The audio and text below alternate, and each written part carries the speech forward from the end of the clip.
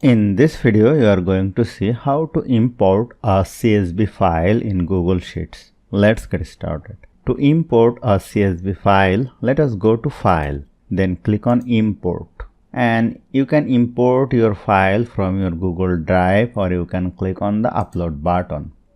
Now you can drag your CSV file over here, or you can browse from your computer. Click on Browse.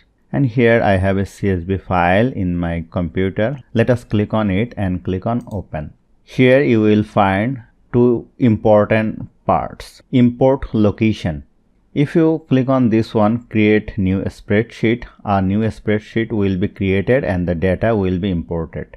If you click on insert new sheet, a new sheet will be created and the data will be inserted. If you click on replace spreadsheet, the existing sheet will be replaced. Or if you click on this one, replace current sheet, then the current sheet will be replaced.